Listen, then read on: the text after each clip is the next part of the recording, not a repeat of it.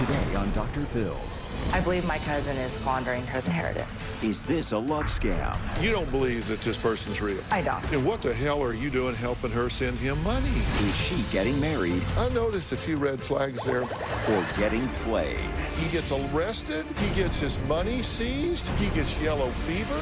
Was there any point that you said this just can't all happen to one guy? She's never met him. Are you wanting to send money now? He has contacted me saying he needs money to live. So how much has she sent him? Are you getting sick at your stomach? Yep. Hang on. You won't believe We have to add all that up. your eyes. You send him. Let's do it. Have a good show, everybody. Here we go. This is a safe place to talk about hard things. Stand by. We'll count you down. I try to be an emotional compass and point you in the right direction. 5, 4. I am not giving up on you.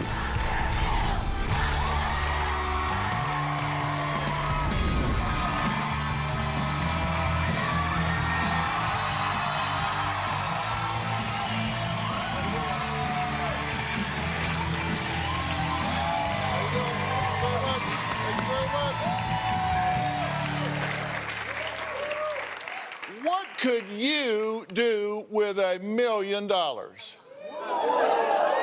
Maybe buy yourself a 2015 Porsche Spyder for $929,000. Or how about a 2015 50-foot Prestige Yacht 500S for $999,000. According to the 2013 Census Bureau numbers, the income for the median household is $51,900. Even with earning a conservative interest, a typical U.S. family could live 20 years on $1 million. But let me ask you something. If you had $1 million, would you consider giving it away? Not to a needy family member, but to the love of your life, who you had never laid eyes on.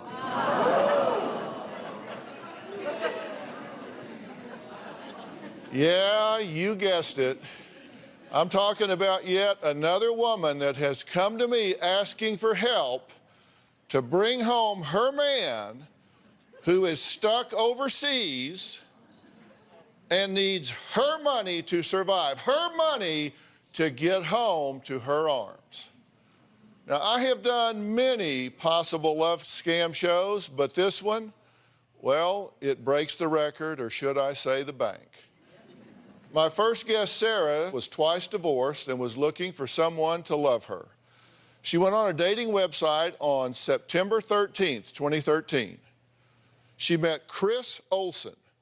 For the past 17 months, Sarah and Chris Olson have been in a relationship. She says she is completely in love with him and hopes someday to marry this man that she has never met. She hopes that I will bring them together. Take a look. Despite my 2 marriages, I still believe in love. So I joined an online dating service. An attractive person came on there and said, "You look like you wouldn't hurt a fly." I said, "Wow, this guy's really handsome. I can't believe he's talking to me." He told me early on that he was a widower and that he had 2 daughters, and he was on a business trip to South Africa. He and I started talking on the phone relatively quickly. Gosh, I'd say 3 or 4 hours a day. His name is Christopher Piolo Olson. He's from Milan, Italy, and moved to the United States about 18 years ago. Chris has a way with words. He'll say, "How is my queen doing today?" Or he'll say, "How is my flower today? I hope she's been watered." He's very poetic when he talks to me. He's just spectacular. Chris and I have discussed getting married. I believe Chris does consider me his wife. Chris will make a comment like, "Mrs. Olson, I love you and I can't wait to be with you again." I've actually never met Chris in person, but I am definitely in love with Chris. So who exactly is this mystery man that Sarah is so in love with, and why does he need her financial support in order to just get home? Chris currently is in Africa. He got in a huge amount of trouble with the government and asked me to help. I've given Chris money for several reasons. His credit card was stolen. He needed money for calling cards, hotel bills, lawyers. I have sent money to his nanny. His visa expired. The money that I sent was stolen. I've sent Chris money thousands of times. In June 2014, Chris was in prison falsely accused of money laundering. I sold an apartment building and I sent $550,000 to Chris to get him out of jail.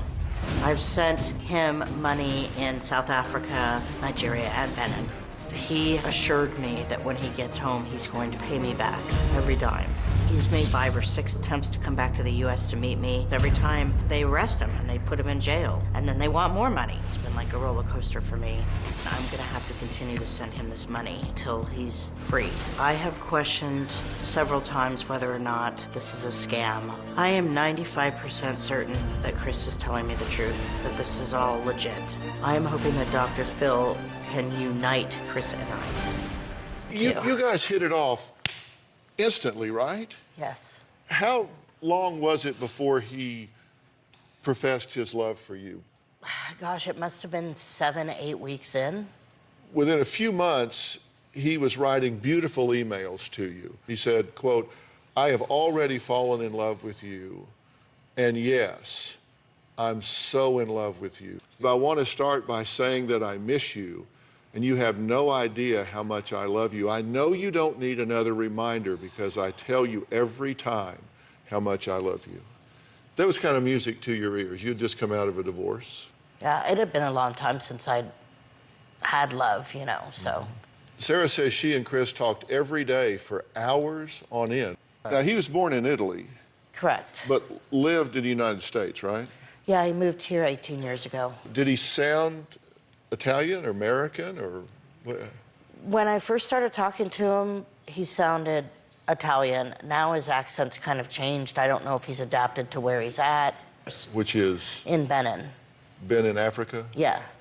So here's the profile according to Sarah. He's 46 years old, born in 1966. He had a wife, Debbie, and tragically she was killed in a car accident in Italy.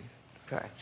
He has 2 daughters, heartbroken when a girlfriend cheated on him and stole his property. He had a home in Kansas, but it was destroyed in a tornado. He moved to Gainesville, Florida, and he went to Africa to buy gems for his grandmother's company and ship them to the U.S. And he had a nanny that cared for his daughters. Correct. Right? And his mother took the daughters to live with her in Milan, Italy.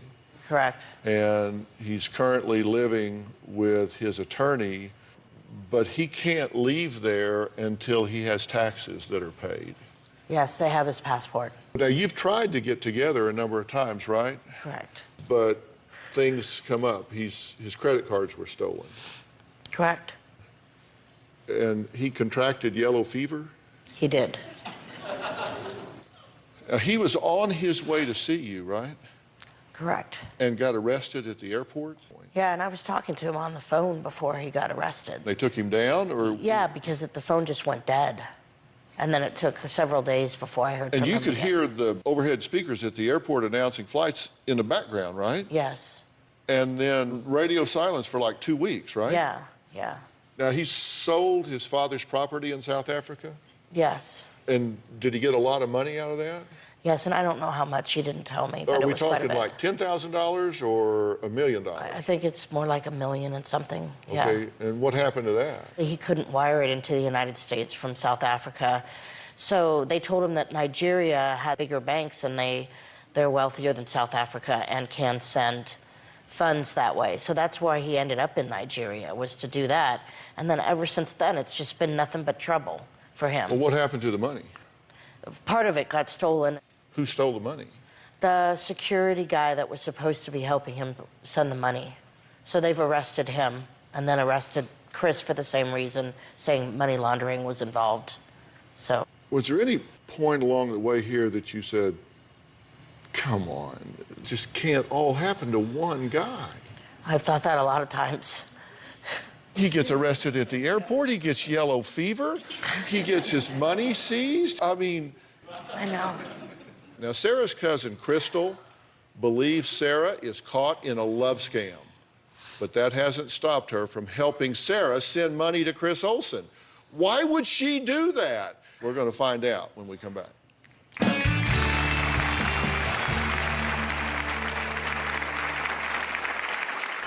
I believe my cousin is squandering her inheritance. We knew it was a scam, and we tried to convince her of this.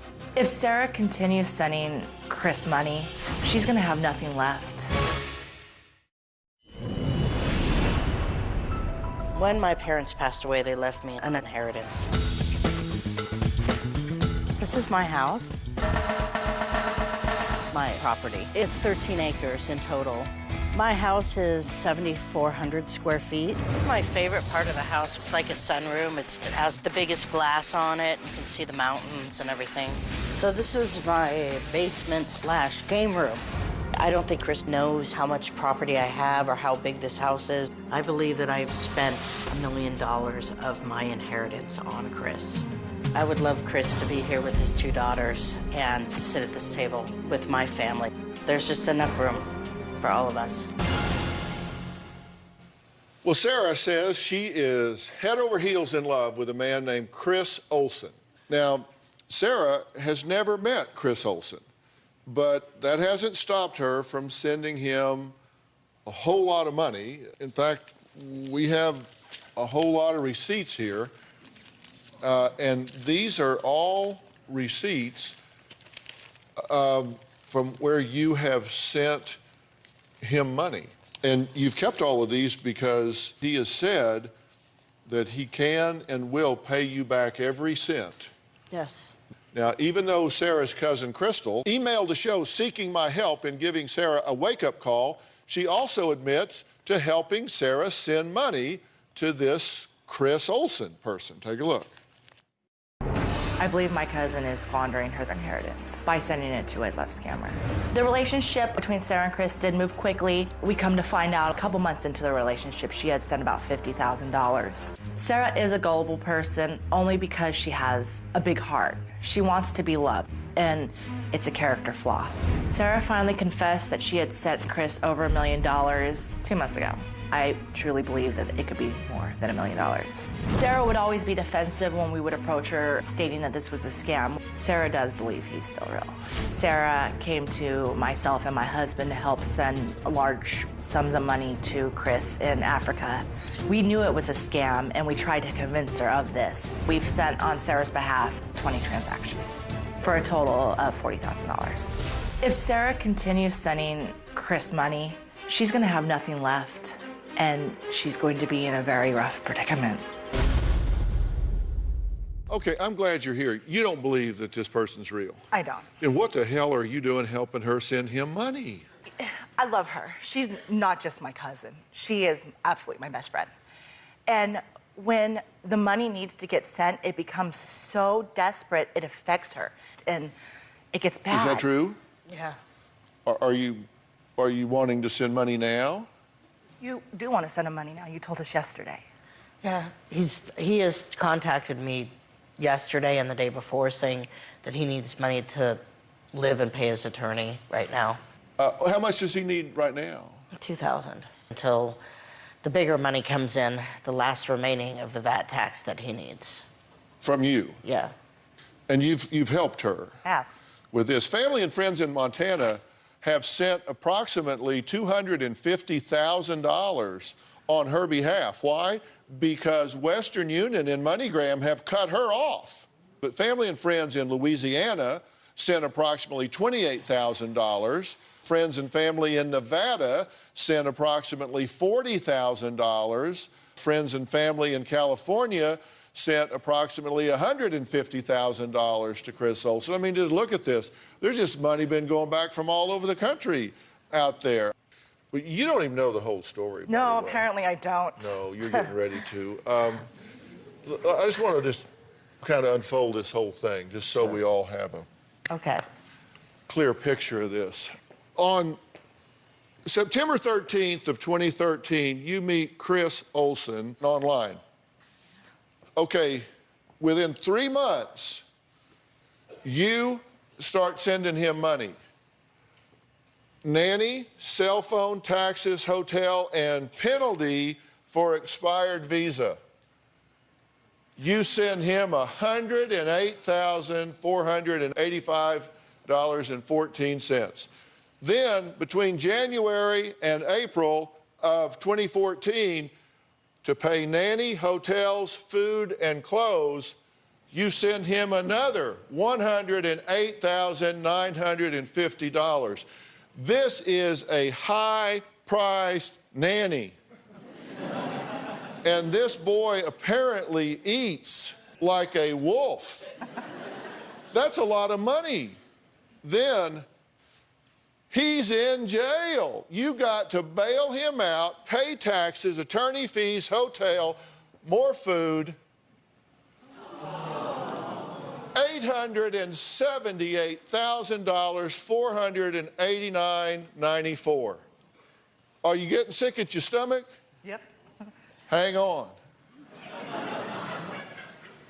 July to September, value-added tax, hotels, food, more attorney fees, $250,000. October to December, more on this value-added tax. He now has yellow fever. You got to treat that, of course. Hotel. He's still eating. He's still paying his attorney, who he's now living with, right? Yeah. So $23,000 for these 2 months here. You're slowing down. Why? Because I'm running out of money. January of this year, $60,000. Now, we have to add all that up.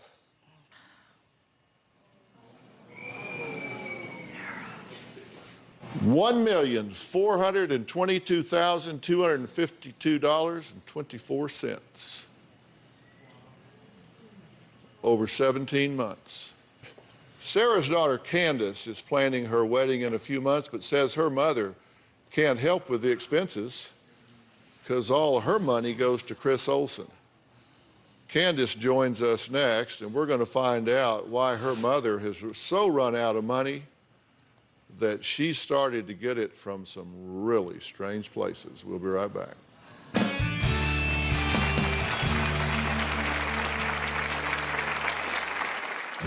I have told my mom to stop sending him money numerous times. I don't think it's real. I think it's a love scam. I'm planning on getting married in 6 months, but she does struggle every month to make big payments on my wedding because of this whole Chris situation. I am financially strapped from sending money to Chris. I borrowed $40,000 from loan sharks. I was about 4 months late on my payment. 2 of them broke into the house. Luckily, my son walked up the stairs and saw them and ran out. I'm not sure if they were trying to rob me or if they were just planning on scaring me. They are both paid in full. Sarah has been dating a man that says he is Chris Olsen. She met him online 17 months ago, and as we have just seen, has already sent this person over $1.4 million. Sarah's daughter Candace believes that Chris Olsen is a complete fraud who is playing with her mother's emotions. About a month after my mom met Chris, she had told me she had sent him money. I felt a little shocked. I think part of me believes that she's in love with him, but there's another part of me that thinks that she's in love with love. As far as I know, my mom has sent Chris over $1 million. I have told my mom to stop sending him money numerous times. I don't think it's real. I think it's a love scam.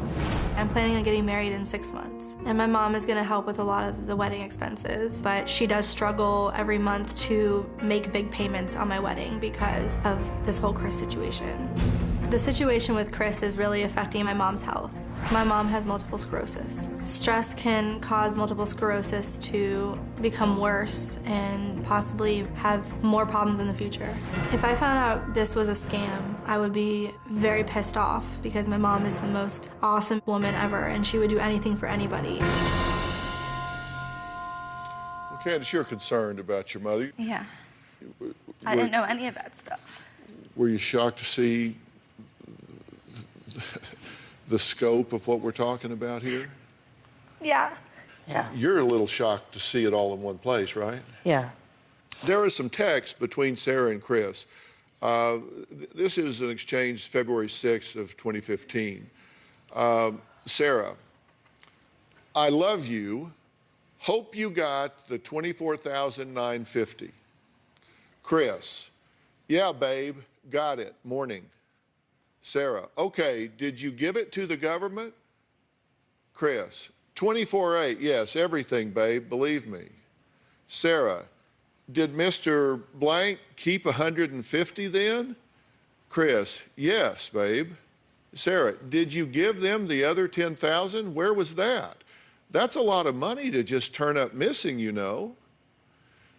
Chris, yes, I know, but you should, none of this money was spent as waste. Everything is towards the 85,000, that's the VAT tax. Sarah, you keep saying that, but honey, that doesn't tell me anything really, and I have hid nothing from you, so you should be able to tell me. Chris, I swear I'm not hiding anything from you. All the money is other. Sarah, so what are we at now, honey? If all money has gone, there should be, including 10,000, around 52 or so. Chris, no, babe. Sarah, we're at 76,000 minus the 10, so without it, that. Chris, no, we're still at 42. Sarah, we are at, question, Chris, 42 minus 85. Sarah, do you mean 85 minus 42? Chris, so 43,000 more. Sarah, needed. Chris, yes. Okay, well, won't have any more till the timeshare gets a hold of me, so hang in there, my love, okay? I love you. Chris, love you more. Okay, did anything jump out there to you? Because I noticed a few red flags there myself.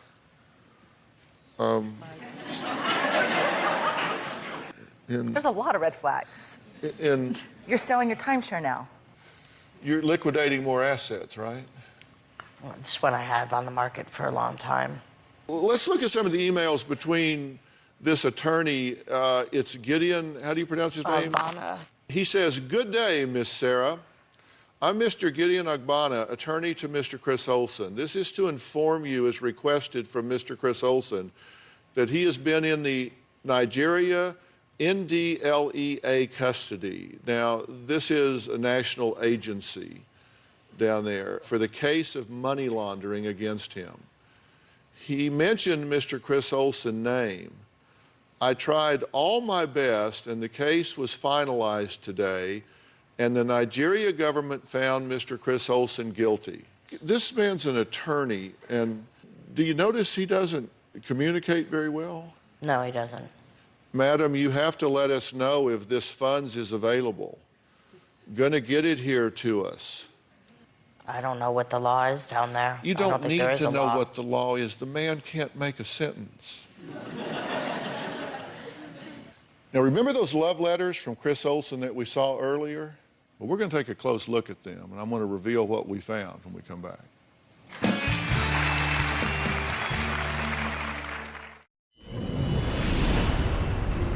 Chris and I text several times a day. Usually he's texting me and asking me for money. Right now he's asking for $2,000. He says, can't you send me little funds as I did not take from the $24,950 anymore, babe? I said, honey, I have $200 to last me till the end of the month. And then I said, I love you the mostest, my sexy king. He says, any update yet, Sarah? And I said, no, honey. He says, why, Sarah? We need more funds to proceed on what's going on here. I will send him whatever he needs if we don't get closure to this soon. Sarah has sent over $1.4 million to Chris Olson, the man she hopes to someday marry. There's only one catch. They have not met in person yet. Now, Sarah's cousin Crystal and daughter Candace believe Sarah may well have been scammed by her online lover over the past 17 months. But Sarah says that her heart has told her that Chris Olson is real and is the man of her dreams. I want to take a look at these letters that he sent you, because you admit he touched your heart with these things. He said, "Hey, babe, I want to start by saying that I miss you, and you have no idea how much I love you. I know you don't need another reminder because I tell you every time how much I love you. But I do, and that is my only way to show you. And I know my simple words can never compare. From day one, I knew there was something in you that no other woman had." You know, any woman wants to hear that, right? And apparently a lot of women do hear that. Because I searched the internet,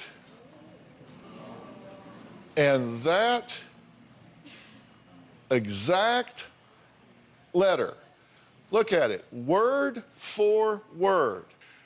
That love letter comes from scam alert website pigbusters.net. He didn't write that. It's a form letter that scammers use. Then here's another passage.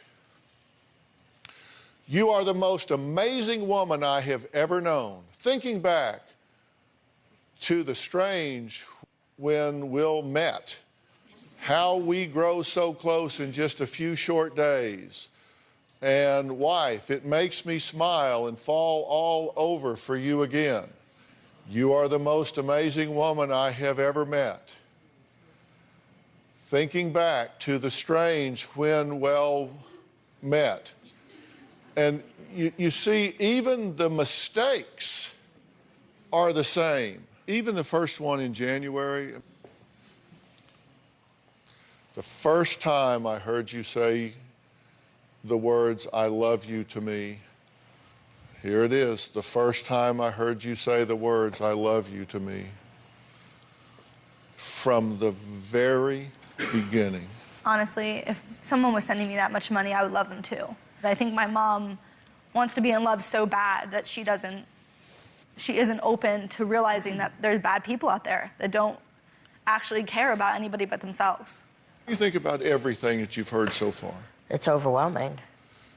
You know, the excuses for not meeting you: credit cards stolen in Africa, bank froze assets, yellow fever, arrested at airports, expired visas, stuck in Nigeria in custody, sold father's property in South Africa, money was stolen, arrested and convicted of money laundering in Nigeria, can't leave until Nigerian government has paid value-added tax. All of these things, all of these excuses that he's given you. You know, we looked into these things, okay? We looked into, like, sold father's property in Africa, and money was stolen. There's no record of that. There was no property sold. There's absolutely no record of it whatsoever. Arrested and convicted of money laundering in Nigeria. Look, there would be an arrest record, right? There would be a jail record. There would be bail record. All these are records. There's no record. Can't leave Nigeria government till the value-added tax is paid. That's just false. There is no law that they restrict your travel because you don't pay a 5% value-added tax. That's just simply not there. We've talked to them. That's just simply not the case. Okay, I'm going to tell you when we come back from a break, I'm going to tell you what happened when I presented a producer to knock on the door at the address where Chris Olsen's nanny allegedly resides. This nanny that you paid for? Wanda. Wanda. Yeah. We tracked this person down, knocked on the door. There was an answer. We'll tell you what happened when we come back.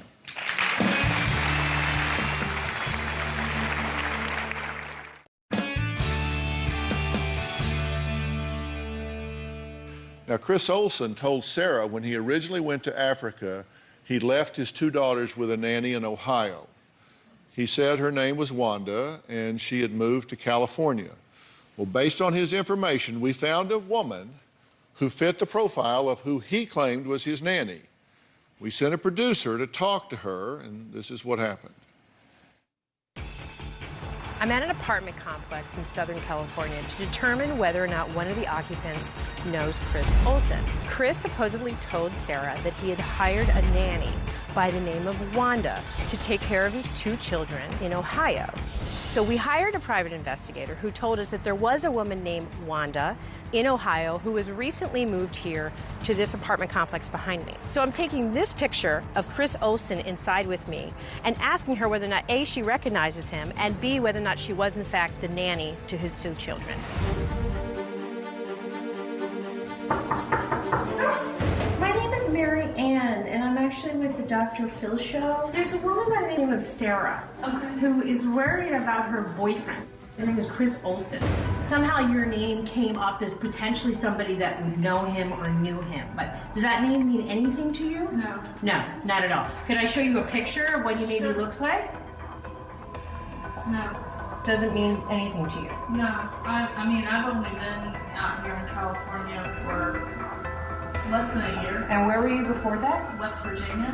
Okay, so you never spent any time in Ohio? No. No. Were you ever a nanny? No. No. Just so it's clear, absolutely no. Never heard of a Chris Olsen, never saw this guy before, and never lived in Ohio? No. Okay. Thank you so much.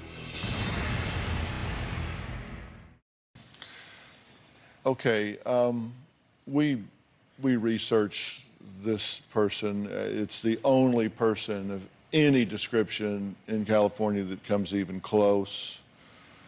She doesn't know any Chris Olsen. She's never been a nanny. Just absolutely false. So here's what we found about Chris Olsen. First off, there is no Chris Olsen with a birth date that he gave you of 10/1966. Ever. There's nobody by that name ever born on that date anywhere that we can find, ever, period. Chris Olsen's phone number is a Google Voice phone number that's untraceable. His IP address for one of Chris Olsen's emails originates in Lagos, Nigeria. The other email IP address originates in that town in Benin, and the IP address for Chris Olsen and this Gideon Agbana is the same internet provider at the same location. Portions of emails found on other websites were plagiarized, which we told you. Database reveals no daughters. No Tracy Olsen, no Angela Olsen. No passports exist for them.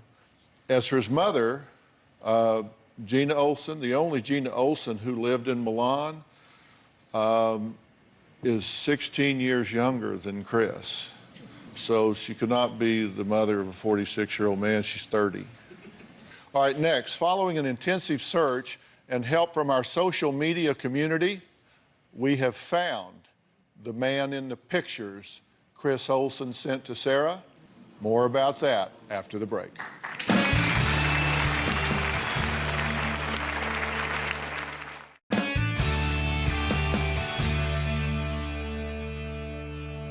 Chris Olsen claimed he was arrested in Nigeria and was stuck in Benin, Africa.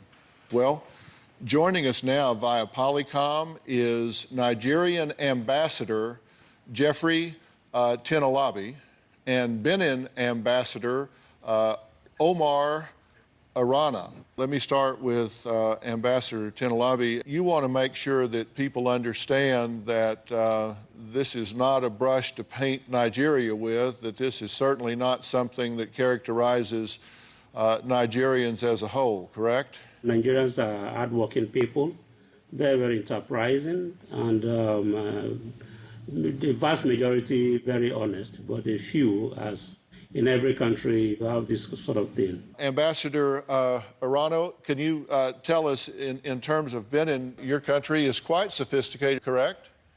My country is a democratic country, and there is an issue where few bad apple create situation like this. I really thank you both. These very busy ambassadors care enough about you as an individual and about Americans that they want them to understand that if people are telling these kinds of stories about being trapped in their countries and all of this happening, to just simply not believe that. And you gentlemen have been very kind in taking your time to do that and to let us know that. So thank you both for being here today to set the record straight. Yes, thank you, Rob. As part of our extensive investigation to find Chris Olsen, the man who wooed Sarah online, we reached out to you, Dr. Phill viewers, for help in finding the identity of the real man whose photo was used to perpetuate a scam. Now, I want to be very clear. This man is a victim in this. He is a victim because a stranger stole his image and used it to defraud Sarah. We searched high and low. We could not locate him. We searched and searched and could not find him. So we put Chris Olsen's picture on the Dr. Phill Facebook page asking, do you know this man? Please have him contact us. So we spent weeks trying to find him with investigators and everything else. Well, of course, the Dr. Phill fans, in a very short period of time, with all of their friends and followers, went to work, and in 2.5 hours,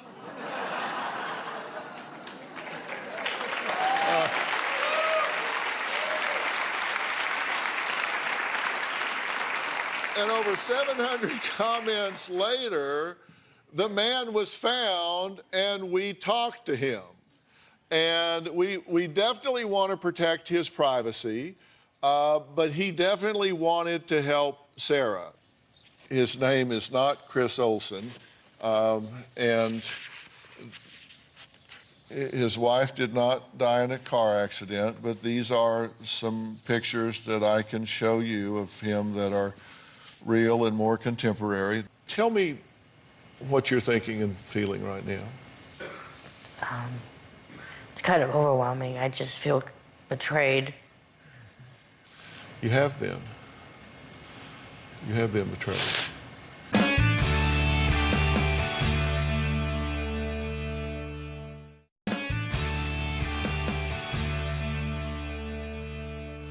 Do you believe what I'm telling you? Yes. Do you believe that this man is not real? Yeah. Do you believe that you've been scammed here? Yes. Let me tell you, it can happen to anybody. Also joining us today, FBI Special Agent Daryl Foxworth is here. He has been an FBI agent for 29 years, and he is also FBI's Public Affairs Coordinator. She is not alone here. This happens to a lot of people, correct? Unfortunately, there are thousands of Sarahs out there. The FBI has what's called the Internet Crime Complaint Center. And the Internet Crime Complaint Center is a clearinghouse where information concerning Internet-facilitated crimes can be reported to the FBI at ic3.gov. When it came to online dating scams, in 2012, we had about 4,000 reported offenses of these online dating scams. In 2013, that increased to 6,400. Now, that's about a 40% increase, but when you look at the total dollar loss, it was $81 million in 2013. Wow. So these are very high impact, high financial losses for each one of these instances. Do you catch any of these people? You know, we do catch some, but the problem is that there's just so much of it going on. We basically can't arrest our way out of this problem. So that's why it's important to work with people like you to get the information out, educate the public so that they don't become a victim to this scam. If you believe you have been the victim of an internet love scam, go to the FBI's special website, ic3.gov. And there is a specific pattern that these folks follow. And you go to drphill.com, and we're going to have a list of all the things that they do to get money out of you. I'd like to thank all of my guests today, especially Nigerian Ambassador Jeffrey Tinalabi and Benin Ambassador Omar Aruna. A special thank you to FBI Special Agent Daryl Foxworth. Thank you so much for being here. Joanne. Thanks so much. Appreciate it, guys.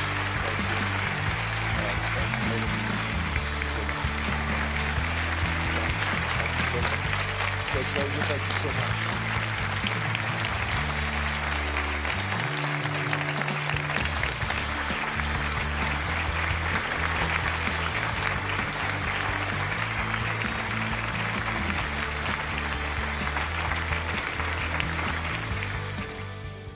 Hi, Sarah, can you see me? Yeah. I'm not the man that scammed you. I am a normal guy.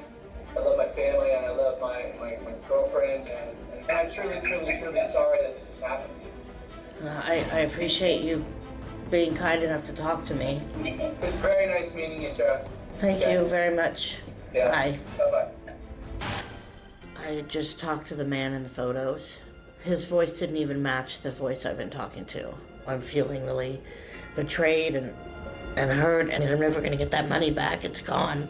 I am ready to move on with my life. I just hope this doesn't happen to anybody else, ever. Today on Dr. Phill. Just leave me alone, you psycho! I'm the psycho, look at you! He tapes his wife's tantrums. You're beating your head against the wall. She claims her husband torments her. How hard did you hit her? Hit my head. Hit her. That's not how hard you hit her. How hard did you hit her? When you're doing the recording, you're a good director. Stay away from me, ow! But the camera wasn't running when you were punching her. You didn't bring us that video, did you? Let's do it. Have a good show, everybody. Here we go. This is a safe place to talk about hard things. Stand by. Let's count you down. I try to be an emotional compass and point you in the right direction. 5, 4. I am not giving up on you.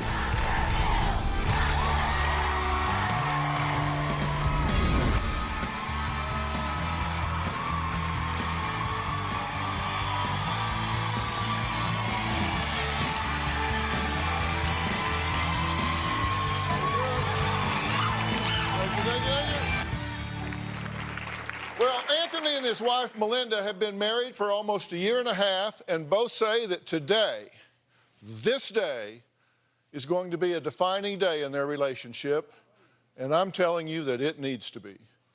Both accuse the other of mental, verbal, and physical abuse and say they are on the brink of breaking apart their family. Anthony claims his wife's anger is so out of control that last July he captured this footage of his wife, Melinda, actually hitting herself in the head. Take a look. You done smacking yourself in the head, Melinda? What the ever? Just leave me alone, you psycho! Oh, I'm the psycho, look at you! Stop it! Stop it! Melinda, on the other hand, says that Anthony's constant badgering and controlling behavior drives her to the brink. Here's a video that Anthony recorded just 3 weeks ago. Stop. Stop. Stop hitting yourself. Well, after that night, Melinda says she ran out of their home with their 15-month-old daughter. She has now moved 6 hours away and filed for divorce. Melinda, who is 5 months pregnant, says her husband has physically assaulted her on a weekly basis during both of her pregnancies, but he refuses to acknowledge what he's done or get help. Now, Anthony, on the other hand, says it's his wife who is beating herself up. He says she has punched herself in the eye, choked herself, and even bitten him on multiple occasions. Now, he says she has even gone to police and falsely reported that he was the one that caused her injuries. Stop! You're f***ing up my entire house! Oh, I'm the psycho, look at you! Knock it the f*** off. My husband, Anthony, is abusive, full of drama, and out of control. and it's making my life miserable. When Anthony gets mad, he is like the Hulk. He has given me multiple black eyes, stood on top of my chest, jumped on me. 9 times out of 10, it's her just making things up. Ow! Ow! Ow! Why did you hit me? Melinda has hit me. Hit me in the Get away from me! She's kicked me in the testicles. She's bit me several times. Stay away from me! Ow! Ow! Look at her! She's biting me! Ow! It's ridiculous. Out of all the fights, I have only fought back twice, but he's constantly telling his family that I am the abuser. Look at you! Taking my daughter from Look me. at you! You're the one cutting me off Look from at you. everything. Melinda's anger is so out of control that she'll start actually hurting herself. Stop it! Stop it! I've seen her bang her head up against cabinets. You done smacking yourself in the head, Melinda? I've watched her punch herself and lots of other bad stuff. Anthony is to a point where there is absolutely no stopping him. During my pregnancies, he has continued to be physically abusive. One time, Anthony followed me out of the bathroom and started fighting me down onto the ground. He got over on top of me and started choking me with both hands until the point I blacked out. I pushed her while she was pregnant, but I've never choked her out. He had me scared that he was going to kill me. Now, Melinda says the fight they had 3 weeks ago was the absolute last straw. Anthony's constant abuse has brought me to my breaking point.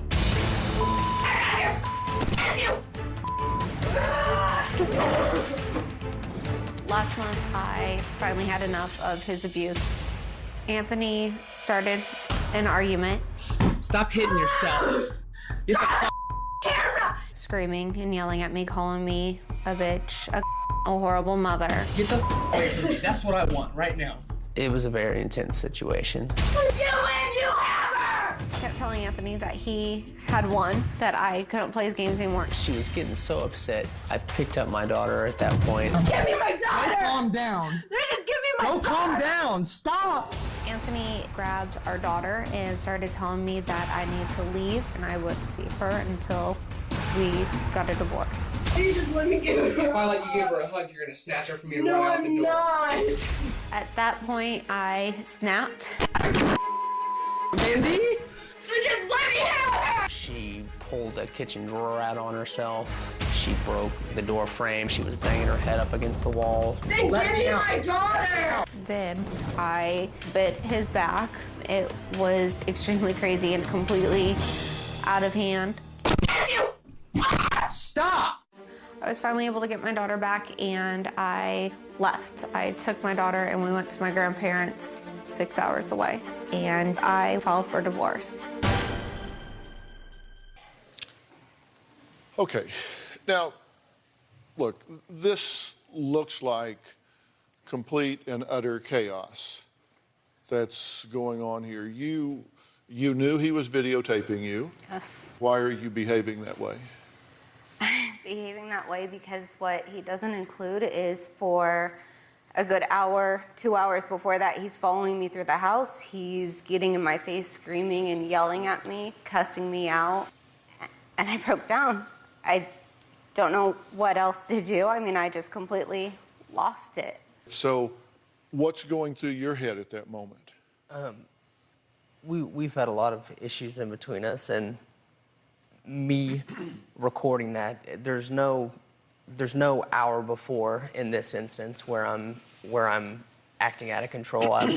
I've been accused of several things that I haven't done to her. I have myself, and I wanted to start off with this. I have been physically abusive with her. What have you done to her physically? I have hit her before, and I've been very emotionally abusive to her before as well too.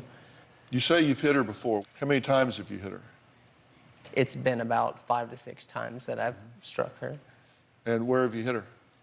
I've hit her in the eye, and I've pushed her. Because your implication of the physically. tape was that she hit herself and gave herself a black eye. She has before as well. I Did you felt hit her like with your fist, or did you hit her with your slapper? What'd you do? I hit her with my fist, sir. And how did you do that? Show me how you did that. Just straightforward. Okay, and how hard did you hit her? Hit my hand. How hard did you hit her? I hit her. Hit my hand. How hard did you hit her? I mean, I hit her. No, pretty that's hard. not how hard you hit her. How hard did you hit her? I mean, if place your hand up again. I did. I reared back and I hit her in the eye. How hard did he hit you? He hit me hard enough to knock me to the floor. And that's not true. You were sitting at the time. No, I was standing up. You followed me into the bedroom. I was standing up and you knocked me to the floor.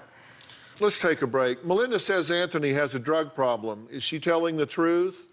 Has he really spent thousands on his habit like Melinda says? Anthony says he has no problem with drugs whatsoever and his wife likes to exaggerate. I think this whole situation is just beyond toxic, but we're going to try to sort it out. We'll be right back.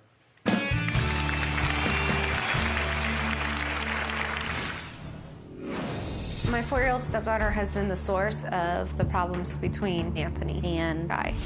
She's called her a little brat, little bitch, devil child. One time, I struck Melinda after she called her. Anthony uses drugs, and it does affect his behavior. Whenever Melinda says I'm on drugs, she's wrong. I'm not some hardcore drug addict. Anthony smokes at least 3 blunts a day, and it makes him absolutely paranoid. In the past, I was smoking marijuana to avoid dealing with her and the problems that we were having, but I'm not currently on drugs. Anthony's constantly blowing money, but can't tell me where it's going, and I'm sure it's going towards drugs. He needs to stop. Well, Melinda says her husband is abusive and a drug addict. Anthony denies it. One thing they can agree on, though, is that their biggest fights are over Anthony's 4-year-old daughter from a previous relationship. Melinda says it's gotten so bad, she demanded that Anthony give up his rights to his daughter. My 4-year-old stepdaughter has been the source of the problems between Anthony and I. Melinda does not respect my daughter. She's called her a little brat, little bitch, devil child. One time, I struck Melinda after she called her. Anthony does not discipline his daughter at all. Every time I try, he tells my stepdaughter, Melinda's just being a bitch, you don't have to listen to her. I do not allow Melinda to be disciplined because it's always excessive. Early last month, we got into an argument about disciplining his daughter. It started a huge fight. I walked into the bedroom to get away from Anthony. He followed me in. He started screaming and yelling at me, telling me how I was being mean and vindictive. After I started fighting back, he then punched me in the face. Anthony hit me so hard that it gave me a black eye. I never punched her and knocked her glasses off and gave her a black eye. When he saw that it was bruising up, he gave himself 2 black eyes. So I could not call the cops and make a report. It's psychotic. Another problem I have with my stepdaughter is I have witnessed her inappropriately touching our 1-year-old. When I told Anthony, he told me that I was just overreacting. Melinda's looking for a reason to punish my daughter. I do not want my stepdaughter around my daughter. She's tried to get me to give up custody of my daughter. It's completely unacceptable. If Melinda can't accept my daughter, our marriage will never work. So you've asked him to give up his daughter? After this last fight, I told him that I would not live in the same house with her any longer. And you believe that's a reasonable request? Anthony refuses to be a parent in general. He has said multiple times that he wants to be her friend. He wants her to like him, so he refuses to punish. He refuses to step up and be a parent. Would that be a yes? Yes. So you've asked Yes. him to give up his daughter? Yes. You say he doesn't have good parenting skills, so therefore I want him to terminate his relationship with his daughter. I have not said terminate. I have suggested multiple times for every other weekend. She's asked you to give up your daughter? Yes, on multiple occasions, and I refuse to do that. I mean, I love my children now.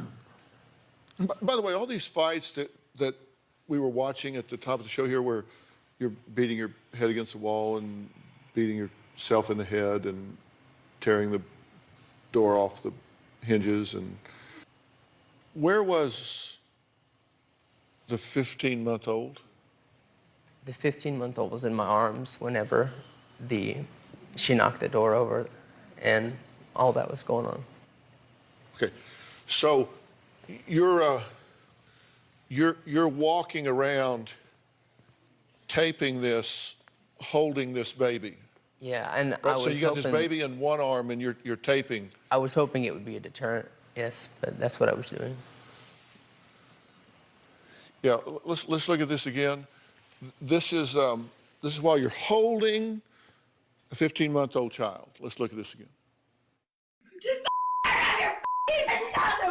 Get off of me. Get off of me. Get the off. Get off. Just let me have her! Get out. Go calm down. Get out. Go calm down. Get out. You can take Get my out. daughter from Get me! out. Get out. Get out.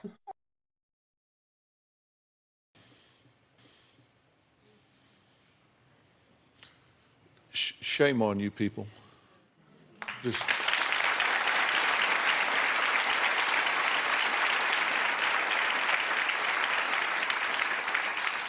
that is absolute, unmitigated child abuse. There is no other word for it. You are guilty of it. You are guilty of it. And that is shameful. Next, we'll hear from Anthony's ex-girlfriend who says Anthony is so dangerous, she has a restraining order against him. We have kept these two far apart today. We're going to find out what she says was the scariest moment with her ex, Anthony.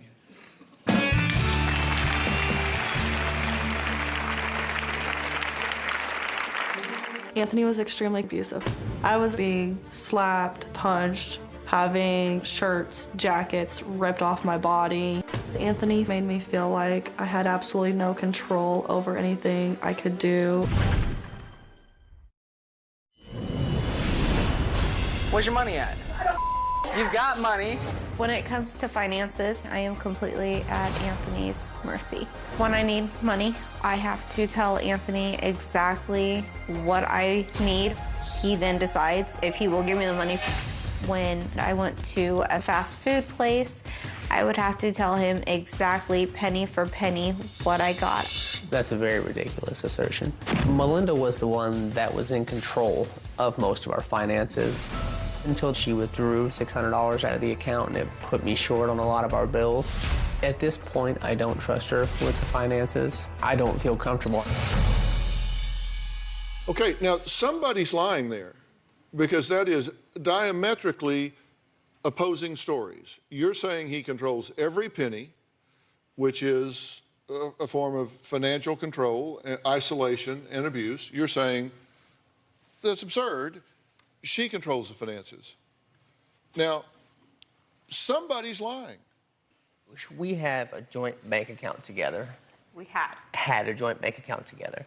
I enjoyed the fact that we had joint finances together because you were better with money than I was. And until that incident when we separated that time, and I don't remember the exact amount, whether it's like $500, $600 that you took out of the account, I mean, my trust was really shaken a lot at that point. But at any point, if you've needed anything for our youngest daughter, or I've just told you to ask her that I'd go to the store with you. If I needed something, I have to come to you. I have to tell you, and I will go to the store and get it. I'll get it. As we've been separated, though. But before Even we separated. before that, and you have your cards. You have all the bank cards. I let you handle I think I understand. Anthony says he shares 50-50 custody of his 4-year-old daughter with his ex-girlfriend, Alaire. She is sequestered backstage because of a restraining order she has in place against Anthony. Here's how she describes her relationship with him. I was in a relationship with Anthony for almost 5 years. In the very beginning, everything was great. After 6 months of dating, that's when everything started to change. Anthony made me feel like I had absolutely no control over anything I could do. I couldn't go outside. I couldn't go hang out with my friends. I couldn't talk on the phone without it causing a fight. I couldn't have any type of email or social media account. Anthony was extremely abusive. I was being slapped, punched, having shirts, jackets ripped off my body, being pushed down, shoved against walls. One time Anthony and I were arguing and he took his fist like this and punched me so hard into my leg that you could see in the bruising the outline of each finger and knuckle. While I was pregnant, Anthony was physically abusive with me. Anthony shoved me, he hit me so hard with the palm of his hand on my face that it left bruising. 4.5 years into our relationship, I finally decided that I was going to leave him. After I left Anthony, he tried to destroy my life and terrorize me in any way he could. One time, Anthony showed up to my residence to come pick up our daughter. He started a confrontation with my boyfriend. During this argument, Anthony pulled up his shirt and exposed a gun. I feel like I did the right thing by getting away from him. You're shaking your head no while you're watching this. Well, there's a lot of truth in what she said, in that we had a very bad relationship, and I wasn't the best to her at all times as well too. I mean, I was extremely insecure with her a lot of the times, but the whole restraining order, that was done during our pending custody case of our mutual daughter. What you seem to kind of gloss over. Yeah, there's a lot of truth in what she said. What she said is that you were mentally, emotionally, and physically abusive with her. I was with her, and she was also with me as well too. Okay. Does there seem to be a pattern? Yes, sir. Here? Does it seem to be working for you? No, sir. Because you're going to wind up in jail. Seriously in jail. All right, I'm going to take a break. I told Alaire that I would speak with her. In order to do that, I have to excuse Anthony. He has to leave the stage because of the protection order she has against him. He's going to come back. She has a lot that she wants to say to his current wife about the man that they both say they fear.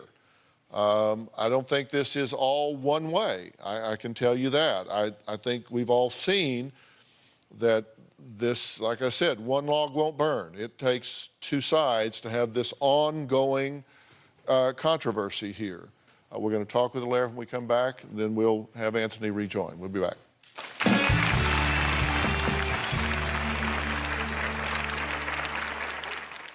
Every time Melinda calls me to tell me about fights that they've had, I tell her that you need to leave.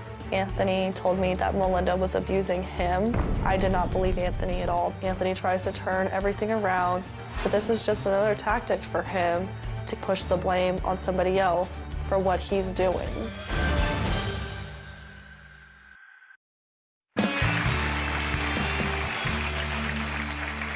Well, I'm here with Melinda. Her husband, Anthony, has just been asked to go backstage, so his ex-girlfriend, Alaire, can join us. Now, Alaire says Anthony was a gentleman during their first year of dating, but after that came bruises, slaps, kicks, and what she describes as severe mental abuse. She wants Melinda to get the hell away from Anthony and stay away for good. After Anthony and Melinda had been together for 3 months, I was already starting to hear about the abuse between them. I tried over and over to warn her about his personality. She either didn't believe me or maybe thought he could change him, but in the end, she did not take my advice. Every time Melinda calls me to tell me about fights that they've had, I tell her the same thing over and over. It's not going to change. It's going to get worse. You need to leave. On one occasion, Anthony showed me the bite marks on his arms. Anthony told me that Melinda was abusing him. I did not believe Anthony at all. Anthony tries to turn everything around to make it look like the other person is at fault, the other person is violent, the other person is crazy. But this is just another tactic for him to push the blame on somebody else for what he's doing.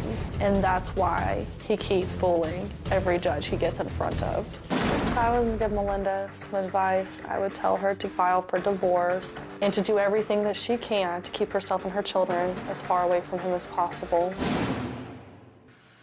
Okay, Alaire, thank you for being here today, and I know it's easier not to because you've gotten out of this situation, you've got a protection order in place, you've moved on, But you think she's in danger? Yes, I do. And what do you want to say to her? Please get away from him and stay away from him. Protect your kids. Why did you stay for 5 years? Will you say that it got bad after a year? When I was with Anthony, he would turn things around on me to make me feel like things were my fault. He would. Did he do it with you? He does that on a regular basis.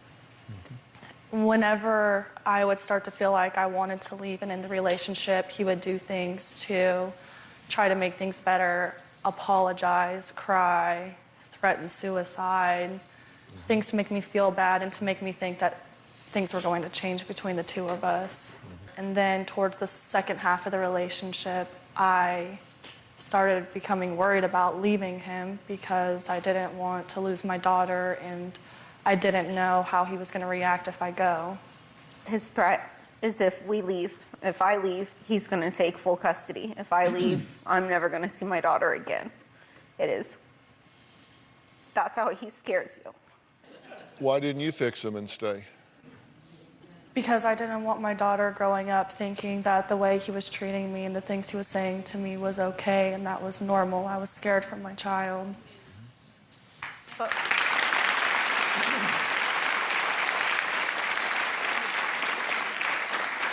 my point is that even if we're not together, he's still going to be involved in the kids. You guys aren't together, but he's still involved. My concern is the kids, whether we're together or not. That's besides the point. I'm worried about what he's going to keep bringing and doing in front of the girls. If you would show up to court the next time he gets another assault charge, if you would actually go and file the charges, not file a protection order and then drop it, if you would take these measures like I didn't and learn from my mistakes, you could protect them from this and he wouldn't keep getting the kids. And then judges would start to be able to see what's really going on and stop believing his lies every time he goes in front of court.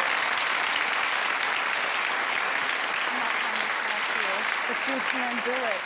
You have the power, you have the evidence, you've had the bruises, you've had your teeth busted, you've been stepped on after you found out you got cancer. You have everything you need that I didn't. I should have done that. It was too late for me. And now my child's still in that environment, seeing those things and hearing those things. I've read the police reports. I know what's happening. And it's scary. Someone's gonna get hurt or killed. He's not going to change. You can't help someone that won't help themselves. But those little kids can't do anything about where they're at and who their parents are and what we do with them. They have no control over their lives. We have to look out for them.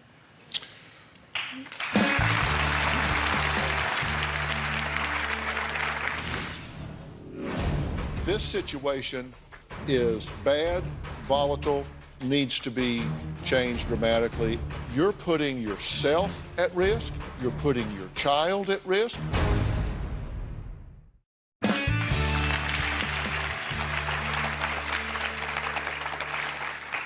So, Robin, where does this lead? I mean, how bad?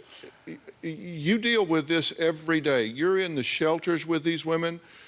You hold their hands, you walk through their lives. Is this going to get better on its own, or is this going to get worse? No, it will get worse. It really does come down to a choice that you have to make, and that is that you have to do whatever it takes to get out of that situation. You have to take the steps, and I know it's hard, and I know it's scary.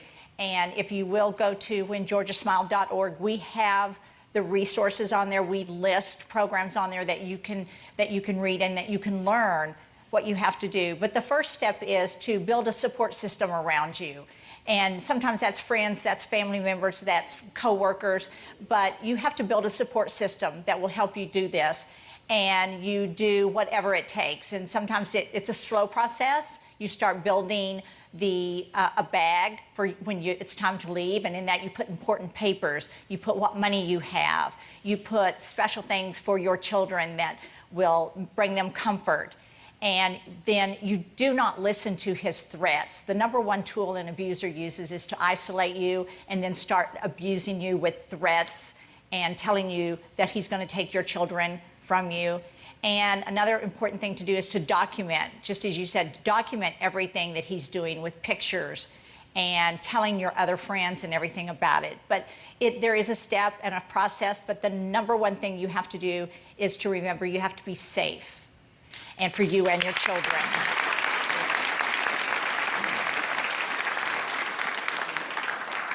Talk about separation assault for a minute, because that period of time when you separate from the abuser and they panic is a high-risk period of time. That is when the most deaths occur. After you leave your abuser, that's when more deaths occur. So that's why I say take your time and do it with safety in mind. Yeah, I mean, the point is it's not easy, and it is dangerous to try to get away, because it's what's called the frustration effect.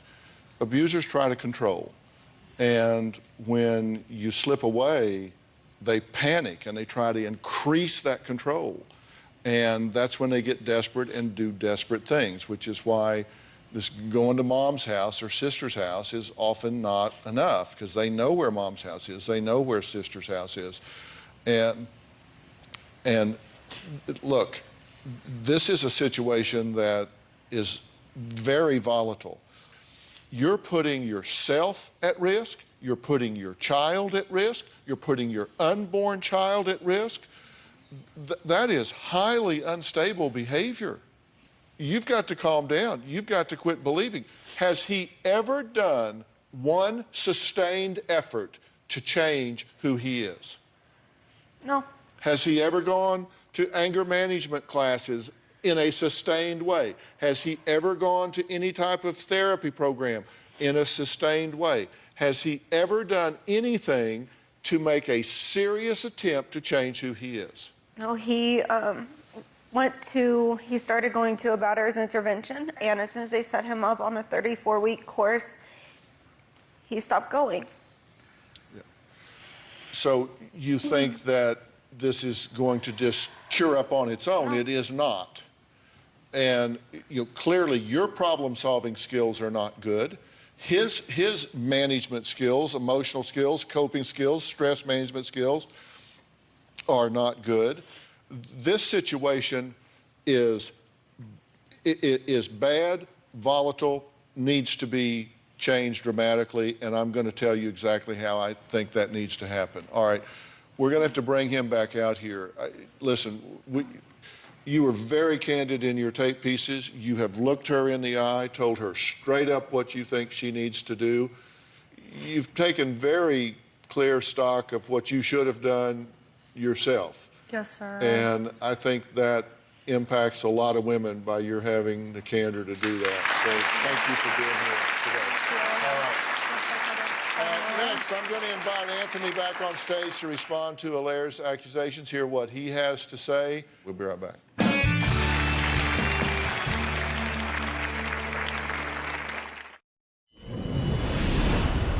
I've spent time trying to fix our marriage. At one point, I got us in to see our pastor for marriage counseling. He didn't like what our pastor had told him, so he stopped going.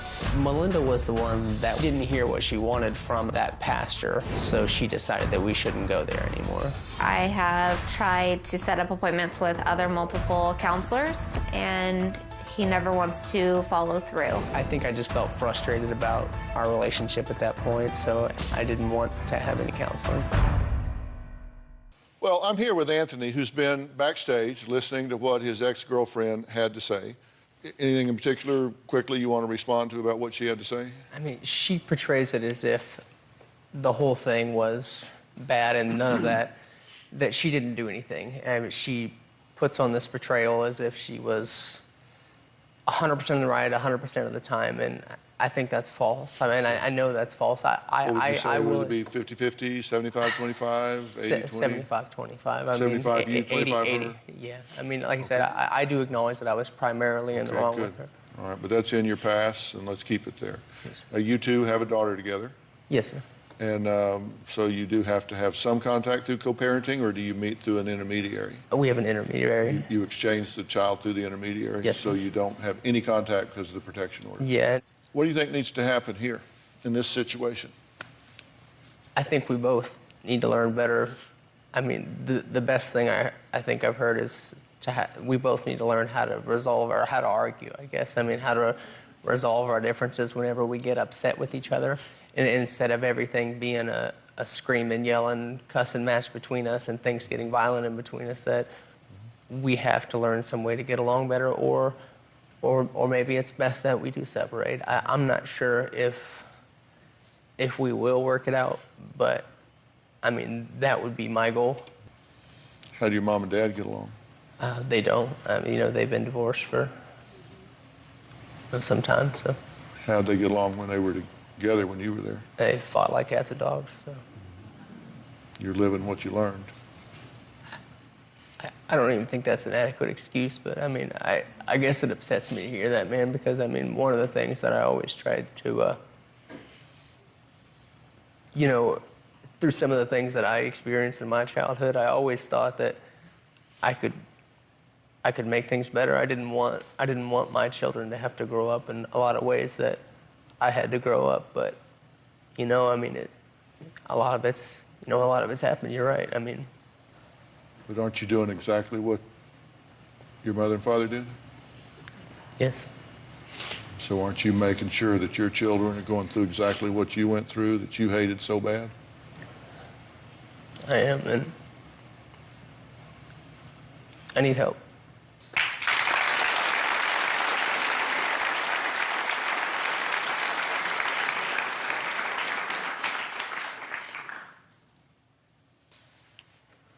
How about you? What do you think needs to happen here? Most importantly, because I know that our little girl absolutely loves her dad, I would like to see Anthony proceed with help instead of making up excuses as to why it's okay, and to stop blaming me, blaming Alaire for everything that's happened. But I want to see him get help so our little girls don't grow up thinking it's okay for someone to treat them the way that you have treated us.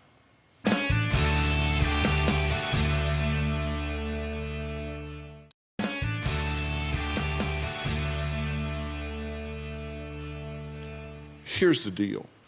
Neither one of you, in my opinion, are equipped to be in this relationship right now at all, period.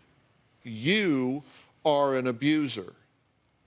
It is never okay for any reason to ever put your hands on a woman in anger, ever, for any reason, period. Period. You know how to do it when you're doing the recording. Now, baby, come on now. Steven Spielberg, I get it. You're a good director, I get that when you're doing the recording, but the camera wasn't running when you were punching her. You didn't bring us that video, did you? You are a broken young man. You need help. I'll get you the help. Thank you. It's a place called On Site. Mm-hmm.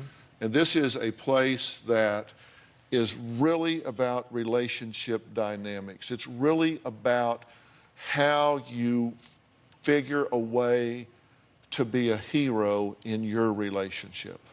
And I'm willing to make arrangements for you to go there and to get an intensive workshop to get you jump-started down the road to helping you in this regard. And if you're willing to do that, I will make those arrangements for you. And when you're through, then there will be a whole program of follow-up work for you to do therapeutically to help you become the man that you can be, because you aren't doing that now. You're right. It's my gift to your family. Thank you, sir. If you will take it. Yes, sir.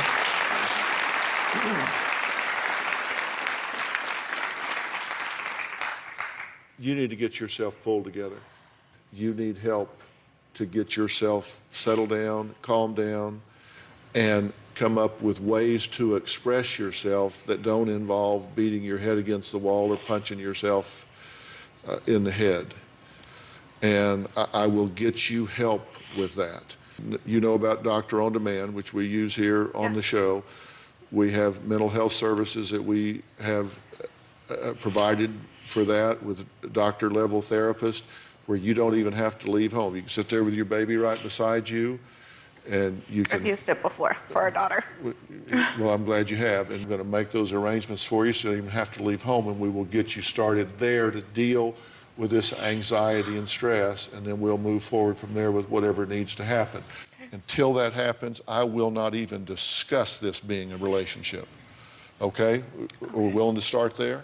Yes, sir. Okay, fair enough? All right. I want to thank all of my guests today, and if you want to use Doctor on Demand, you can go to Google Plays or the App Store on iTunes and get the app downloaded right there for Doctor on Demand. You will love it. We talked today about Robin's Aspire initiative when we talked about getting a safe exit plan.